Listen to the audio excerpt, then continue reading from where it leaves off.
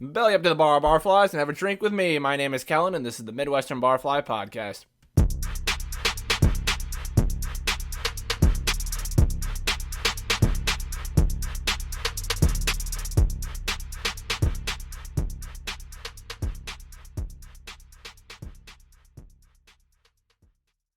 Ladies and gentlemen, welcome back to the program. As always, I am very happy to have you here. Hope you all had an amazing Labor Day weekend. I sure as hell did. Had some food, had some beer, spent some time with the family, spent some time with friends. Watched a little college football, lost a lot of money on college football. I don't even want to go there. But anyway, it is what it is. Long season ahead, bets, whatever. Anyway, we are back. As I said, episode number 16 of the podcast. And for this one, it's going to be a very special, kind of a special edition podcast. I'm going to try to sprinkle in as many topics as possible so anyone can be excited about this show, that can listen to it and, be entertained, learn something, this, that, whatever. But also, it's going to be very football-based. Why is it going to be football-based? Is because this Thursday, this Thursday is the start of week 1 for the NFL, for professional football. It's the greatest time of year where professional football, college football, all these sports are still played. You have sports. I love it. It's a gambler's dream. It's a sports fan's dream. Any word you want to describe it as, it's fantastic. So I'm going to try my best to do enough football stuff to entertain the sports fan, while also entertain the I don't want to say common fan, like the regular fan or someone that's not really into sports. I'm going to do my best. I hope you enjoy it. But before we get into it, as always, this episode is sponsored by the Midwestern Barfly Gazette Shop. That is right. That is our merch store. That's where you can buy all the crazy merch that you could possibly think of. We have great things like the I'm My Grandma's Bookie line, the Win Bets Pound Beers line, the What Did I Do line, where my stupid ass googly eyes are on the front. We have t-shirts, we have hoodies, we have sandals, we have hats, we have anything you could think of. We have beer beer pint glasses, all that shit. So please go check it out in the link below. You will see the link to our store wherever you listen to this podcast, whether it's, hit my mic, holy shit. Whether it's Spotify, YouTube, iTunes, Amazon, the main website, wherever, you will see that link. So please check that out, load up your cart, and when you receive your merch, take a picture of yourself in it. Post it on social media. We want to see what you look like. We want to see all of our fans enjoying our merchandise. And now that that is over, let's get on to today's show. Alright, so to start off the program, I think the best thing to talk about would be fantasy football related. That's right, fantasy football, the game that sweeps the nation every fall and winter, where everyone flocks to drafts, draft parties, draft rooms, downloads apps, all that shit. Fantasy football. I personally love fantasy football. I've been playing ever since I was, when did I start playing? 11, 12, and it doesn't even matter if I went into a league with somebody, if I whatever. I started in the free common leagues, and then I moved on to doing leagues with coworkers, with friends, all that stuff. So it's fantastic. It's a fantastic game to play, and we actually had our draft this past Sunday, and I wanted to kind of recap the draft. I'm not going through my whole lineup because that's just going to get boring, naming off, Lamar Jackson, this, all that. That's just going to get dumb. So I think the best would be to just give you my starting lineup, pick out a couple key players in there and tell you why I picked them, this, that, whatever, and then give you maybe one or two reasons for guys on the bench and see where we can go from there. See if you think your team is better than mine, anything like that. You can leave that in the comments of wherever you're listening to this podcast. Please trash my team. Tell me I suck. Tell me it's great. Tell me I'm going to go 12-0, which I am. Anything like that, let me know. But now I say that, let's just see what my team looks like. All right, so for starters who I have starting right now, who are going to go into week 1 and get me that W to start off the season, I got at quarterback Lamar Jackson. My 2 running backs, I got Dalvin Cook and Josh Jacobs. My 2 receivers, I got DJ Moore and Jerry Jeudy. Tight end, I got Travis Kelce. Flex, I got Antonio Gibson. It's a 2 flex.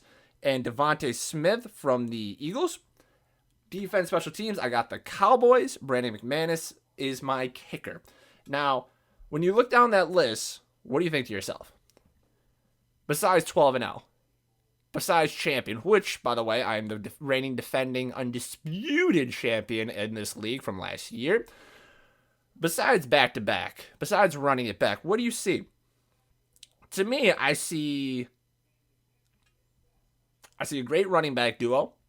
I see Dalvin, who, if he stays healthy, can be a major game changer for me. I see Josh Jacobs, who now with Devontae Adams, with Hunter Renfrow, with Derek Carr, with those boys, I think he's going to have a pretty solid season to give me a good running RB2 slot. DJ Moore, and Jerry Jeudy, actually, I think aren't very highly touted. And I might be talking out of my ass here because I think my team is so good.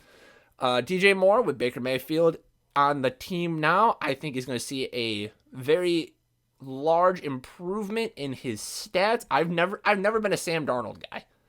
Now, granted, DJ had his moments with Sam, but I've never been a Sam Darnold guy, and I've been more of a Baker guy. So I think Baker's really going to help DJ elevate his game to the next level. And same thing with Jerry Jeudy. Jerry Jeudy from the Broncos, he's getting Mr. Russell Wilson coming in. Before that, he just had, there's been a few injuries here and there, but like before that, who's he had, folks? Who's he had throwing him the football? Drew Lock? I love Teddy Bridgewater, don't get me wrong, but he got injured again. But, he hasn't had anybody. So now you bring in Russell Wilson to throw him the football, and you got guys like Cortland Sutton on the other side. You got Noah Fant, tight end. You got Javonte Williams and Melvin Gordon in the backfield. You got a good young core for Russ to help grow, help mentor, and help turn this team into actually something that could win. It's a good team. I think Jerry's going to really... Jerry's stats, or what's the word I'm looking for? Performance is going to bode well with the addition of a veteran like that. Then moving on, we have Antonio Gibson. No, I'm sorry, I skipped Travis Kelce. Now, Travis Kelce, he was my number 2 pick because obviously you guys didn't see the draft. He was my number 2 pick. I had the 9th pick in the draft out of 10, so I got him on the wraparound. I got him because he is, obviously Tyreek Hill is not there. Tyreek Hill is not there, so he's going to get a lot more attention on the field, but he's always good for high amounts of points every week. It's very rare where you can look at him and say, wow, I regret playing Travis Kelce this week. And not only that, who are the top tight ends that you could take this year? Mark Andrews and Travis Kelce. After that, it drops significantly. I don't care. Kyle Pitts, dude's a good football player. But you always have to look at the quarterback that's throwing the football. Who's throwing the football? Desmond Ridder? Marcus Mariota? Good quarterbacks. Desmond, we don't know, rookie, but there's a future ahead of him. But to me, I would rather take Travis Kelce with Patty Mahomes throwing the football, who's going to get his points, over any one of those guys underneath those two, from 3 down ranking wise. But that's just me. Then you have flexes, Antonio Gibson, Devontae Smith. Not the biggest fan of those. Antonio, he's good. He was a top 10 running back. I just hope he really excels more this year. Doesn't get caught into any kind of a running back committee because he's got J.D. McKissick and those guys there. And he just stands out as the number 1 premier guy out in Washington. Devontae Smith, same thing. He's going to get really, what's the word? Not bogged down, but he's going to have to share a lot out in Philly because you got A.J. Brown coming out there. You got Dallas Goedert coming out there. So I think Devontae will have a good year too. And Cowboys, great defense. McManus, kicker. It is what it is. But going back up the list to Lamar Jackson. Now, for the record, I wasn't the biggest fan of that pick. Now, for the record, Lamar, he's going to have a great year. He's fighting for more money. He's trying to get a bigger contract, all that stuff. So I think he's going to have a good year. But I think there were plenty of better picks I could have made. Like, personally, I was going to reach for, what's nut? Like I was saying, Russell Wilson in a later round. But when I got to, I think I got Lamar in the 4th. Yeah, I think I got Lamar in the 4th on that wraparound. So when I saw Lamar was still there, and in all my draft guide that I got, he had him ranked at number 5. And I think ESPN had him at 16. Well, that I fucked up there. But I looked at the draft guide that I had, it had him at 5, and it was almost like not a hesitation pick, but like a nervous pick. Where it's like, oh shit, I need a quarterback, go there. And I completely abandoned my plan. And I didn't want to, but I ended up doing it. But I think we'll work with Lamar. We'll see what happens. But if anybody in the league is listening to this, please, open to a trade. You can give me something better. Anyway, let's move on. Excuse me. Bench-wise, it is what it is. Guys are going to see if they can cut it or not. They can be standout guys that you can have back up during a bye week. But one big pickup that I got that I'm happy about, DeAndre Hopkins. Why am I happy? Well, he's suspended 6 games. But guess what? All my receivers, their bye weeks are after week 6. They're after week 6. So I don't need them. I'm just going to stash them and play. That's all I got to do. So when he comes back, I have a potential top 5, top 10 receiver on my roster after week 6. It's going to be great. So then I could take out Devontae if he's not performing well. Jerry, DJ, like I said, they're going to do good. But I could take out Devontae Smith, throw DeAndre Hopkins in there, and cement my path for another championship. And you know what else? It's going to be a great year. But like I said before, please, comments, let me know what you think. And enjoy the football. All right, so for the second topic of this show, I wanted to talk about the new documentary that came out on Netflix. I want to give my reactions to it. This documentary is about the Manti Te'o story from back in 09, 12, back when Manti Te'o, the football player, was playing at Notre Dame. So when he was playing there, and for the record, I'm going to give reactions to it.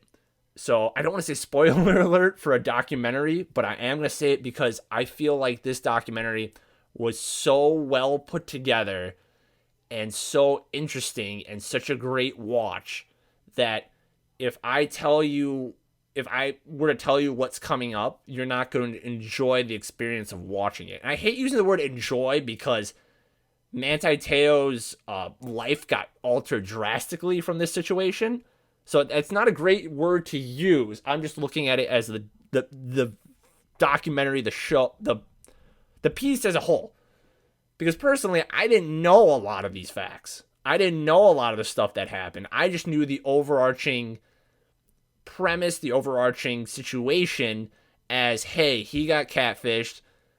The media blew up this story about, oh, he has an online girlfriend that died. And then afterward, the girlfriend is not real. I knew all of that. And I was like, oh, that's interesting. And then I read up on it and I saw what it was. I saw a brief glimpse of what it was. But I never knew some of the shit that actually happened throughout the process of him getting catfished. And you're going to learn about it. You're going to learn about it and you're just going to open up your eyes and go, wow, people are fucking crazy. So let me just get into it. So I'll break this down into my 4 key takeaways here from the doc. Takeaway number 1, which is obvious. Manti Te'o, good guy who got conned by a terrible person. I mean, as you look in as you look in the movie, as you look in the doc, Manti was very into religion. He was a very religious individual. He was a great worker too. Like growing up, they said like he was very yes ma'am, yes sir, yes mom, yes dad. Like he wanted to be the best. He wanted to be a good and he is a good person. Like he just grew up that way. And the fact that he was taken advantage of and conned by I don't want to say sadistic, but just a terrible individual. It breaks your heart. It breaks your heart that somebody like that would just like get screwed over so badly. And it almost makes me, what's the word? It almost makes me hate that there aren't more ways to hold people accountable for something. Because if you look at it, Manti Te'o's career in football got drastically screwed over because, well, for starters, this individual named Renaya back in the day changed his name. You'll see it. But I'm just going to reference Renaya. Just decided, hey, I'm having problems with myself, with understanding who I am, so I'm going to mess with somebody's feelings and take someone down with me.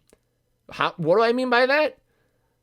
Well, he pretended that, because he was pretending to be a girl to keep talking with Manti and all that. This Renaya individual, who was catfishing Manti, pretended that the chick character, Lene, I think it was in an accident and in the hospital. Just a whole con. And I'm just sitting there like, what kind of a terrible individual can you be? Like, come on. And he's such a good person. Like, he called every day. Like, he texted. He wanted to make sure that she, air quotes, was okay. But you kept it going. And then you came out of nowhere and you kept it going. And then Lene ended up dying. That is just some sick, twisted shit. And as you see in the doc, it's going to look like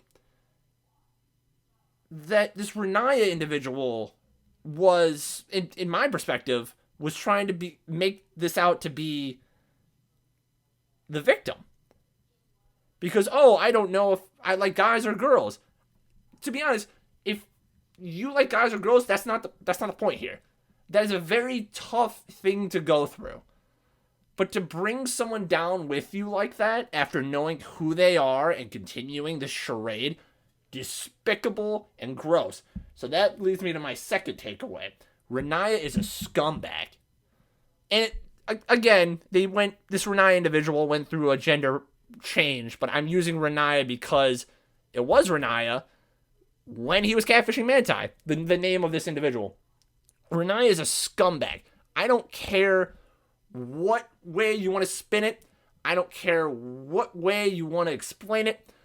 This Renaya individual should be in prison, to be honest, but that's not a real charge that you could put on somebody. This Renaya individual, should have to pay something for just ruining this man's life. Because I remember it when I was little. I saw all these memes of, people making fun of, Manti didn't have a real girlfriend. Oh, Manti this. Oh, Manti this. Just making these memes and just making fun of him. I'm like, God. Give the guy a break. It's not his fault, somebody conned him. He made a mistake. But it just became ridicule, and you just had to feel for the guy. Fuck. And then going from that, third takeaway, mainstream media sucks, is evil. That's going off of the memes thing. When you look at the mainstream media during that time, they were trying to come up with shit like, was Manti in on it? They were trying to come up with shit like, why didn't he know? That shouldn't be the story. Honestly, it shouldn't even be a story. Media shouldn't even lash onto the story. Just let the guy live. But they wanted a feel-good story, and they wanted something to tear him down for. And that's what happened. So third point, mainstream media, evil. And then final point, Deadspin sucks. Deadspin sucks. So for those who don't know, Deadspin's like this blog publication company that like broke the story. But they didn't have to. They didn't have to break the story. They could just let it die. But no, they wanted to put it out there and screw this guy over. And it just... And I'm being very vague also because, again, I want you to watch this entire movie, entire video. But the fact that Deadspin couldn't have just let that go when they found out what was going on is another reason that you just... I don't even know the words, man. Come on. It makes me upset, too, that I'm talking about it. Like, talking about it, I'm just visibly upset that a good-hearted person is going to get fucked over. Just fuck. All right, folks, there we have it. Another fantastic episode of the Midwestern Barfly Podcast. I had a Gazette in there again. I don't know why I keep doing that, but neither here nor there. I'd like to thank you all for joining in once again. Thank you all for commenting. Thank you all for reacting, for being a part of this journey that we're on. I hope that you have a great football opening week. Please make sure to check out the links below to our main website and to the store. Check out all the content that we provide, and I hope you have a fantastic day and week. Take care. Love yous.